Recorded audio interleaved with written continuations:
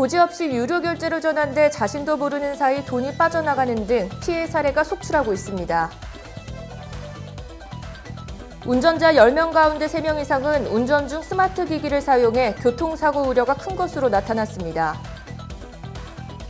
정부는 코로나19 백신 접종을 1분기에 시작해 3분기에는 국민의 70%까지 맞게 하고 11월쯤 집단 면역을 이루겠다는 목표를 세웠습니다.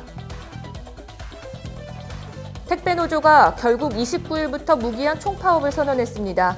지난 21일 노사정 합의안이 나오면서 일단락되는 듯했던 갈등이 채 일주일도 안 돼 불거졌습니다.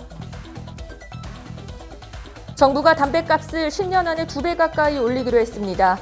흡연율을 줄여서 국민건강 수명을 늘리겠다는 계획입니다. 자세한 소식은 잠시 후 뉴스에서 전해드리겠습니다. 시청자 여러분 안녕하십니까? 신동호 방송 뉴스 방다은입니다. 요즘 영화나 게임 등을 온라인 앱으로 정기 구독해 즐기는 분들이 많습니다. 그런데 환급을 제대로 못 받거나 고지 없이 유료 결제로 전환돼 자신도 모르는 사이 돈이 빠져나가는 등 피해 사례도 속출하고 있습니다. 소비자원이 조사한 상위 구독 서비스 앱 25개 가운데 18개가 사실상 청약 철회를 제한하고 있었습니다. 관련법에 따르면 계약 체결일로부터 일주일 이내면 청약 철회가 가능하지만 무시한 겁니다. 구독 해지할 때 자녀 대금을 제대로 돌려주지 않는 앱도 21개에 달했습니다. 월 단위 결제의 경우 열흘 사용하고 해지하면 나머지 21일치를 돌려줘야 하는데 지키지 않은 겁니다. 소비자에게 유료 결제를 제대로 알리지 않아 무려 20개월 동안 이를 눈치채지 못한 피해도 나왔습니다. 소비자원은 사업자에게 소비자 청약 철회권을 보장하고 주요 계약 사항 변경 시 고지 의무 등을 약관에 포함하도록 권고할 예정입니다. 운전자 10명 가운데 3명 이상은 운전 중 스마트 기기를 사용해 교통사고 우려가 큰 것으로 나타났습니다.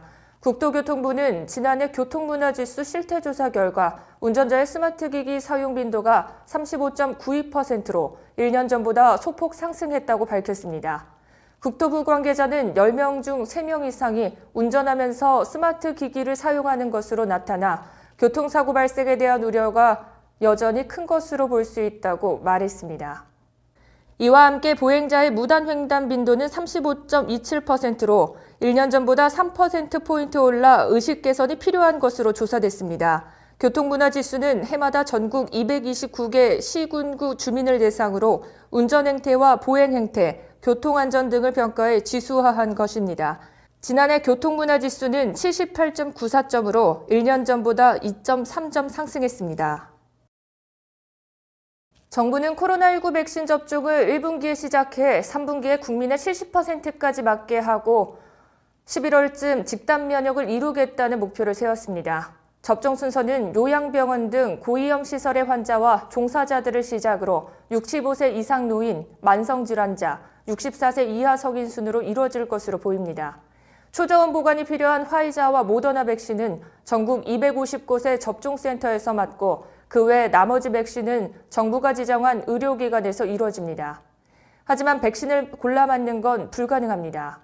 물량이 제한적이고 도입 시기도 유동적이기 때문입니다. 백신 접종 인력은 전국적으로 약 6천 명이 필요한 것으로 추산되는데 의사와 간호사 외에 군의관 등 정부 부처에서 동원 가능한 인력도 포함될 것으로 보입니다. 현재까지 정부가 확보한 백신은 5,600만 명분, 여기에 구매 협상 중인 노바백스 물량까지 합치면 7,600만 명분입니다.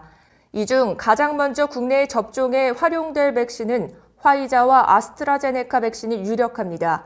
하지만 전 세계적으로 공급 부족이 심화되고 있고 변이 바이러스 출현으로 효과성에 의문이 제기되는 등 변수는 여전히 남아 있습니다. 택배노조가 결국 29일부터 무기한 총파업을 선언했습니다. 지난 21일 노사정의 협의안이 나오면서 일단락되는 듯했던 갈등이 채 일주일도 안 돼 불거진 건데요. 설 명절을 앞두고 택배 배송 차질 우려도 다시 커지고 있습니다. 택배사들이 사실상 사회적 합의안이 파기했다는 게 노조가 내세운 총파업의 이유입니다. 분류 작업은 택배사의 몫이라는 게 이번 합의의 기본 정신인데 택배사들이 여전히 지난해 약속했던 분류 인력만을 투입하겠다는 입장이라는 겁니다. 이번 합의로 달라진 게 아무것도 없는 셈입니다. 여기다 택배사들이 제시한 인원 투입만으로는 분류 작업을 감당하기에 턱없이 부족하다는 게 노조의 주장입니다. 예정된 파업에는 민간 택배 노동자 2,800명에다 우체국 조합원 2,600여 명도 동참할 계획입니다. 정부가 담뱃값을 10년 안에 2배 가까이 올리기로 했습니다. 흡연율을 줄여서 국민건강 수명을 늘리겠다는 계획입니다. 정부가 목표로 하는 담뱃값은 8,000원대입니다. 현재 7달러 수준인 OECD 평균으로 올린다는 겁니다. 현재 우리나라 담뱃값의 2배 수준입니다.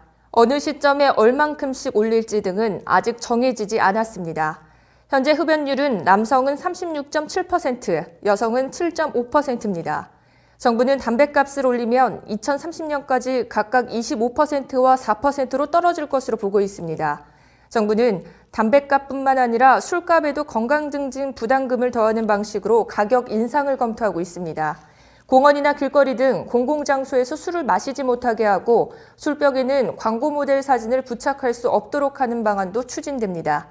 보건복지부는 이번 계획을 통해 아프지 않고 사는 기간인 건강수명을 2030년까지 73.3세로 늘린다는 목표입니다. 이상으로 뉴스를 마치겠습니다. 시청해주신 여러분 고맙습니다.